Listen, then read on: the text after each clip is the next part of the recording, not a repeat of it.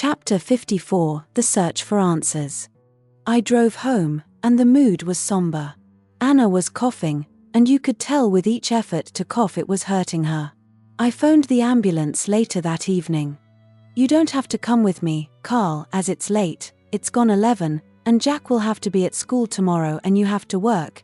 You can come and visit me tomorrow, or I might be home before you get home," and she laughed and touched my hand. I watched as the ambulance door was closed, and it moved slowly away with Anna in it. I went back into the house. Rachel told me Jack had gone to bed and she and Donald were going next door to their house, which Anna and Rita had bought them. It was then, and for the first time, I keyed into Google, lymph nodes. You only have to complete the first word and another word in Google comes to call, cancer. This was the first serious consciousness I had of events.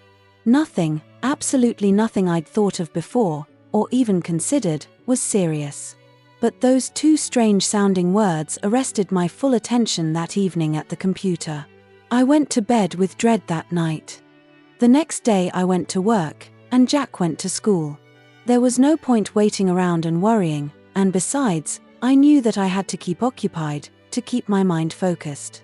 Rachel, Donald, and Jack, in their youth and naivety, still thought everything would be fine.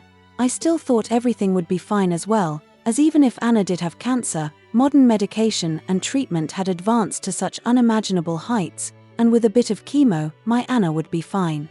When I returned home from work, Anna called the house. "Karl, do you want the good news, or the bad news?" "The good news. I'm coming home tonight." "And what's the bad news?"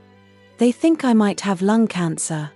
There are times in one's life when you ask the most ridiculous of questions, and I asked, "What does that mean?" "It means I'll have to have chemotherapy and will have to wear a wig, but you can choose it," and Anna laughed. We chatted for some further time and discussed the forthcoming treatment and how we'd work life around the remedy.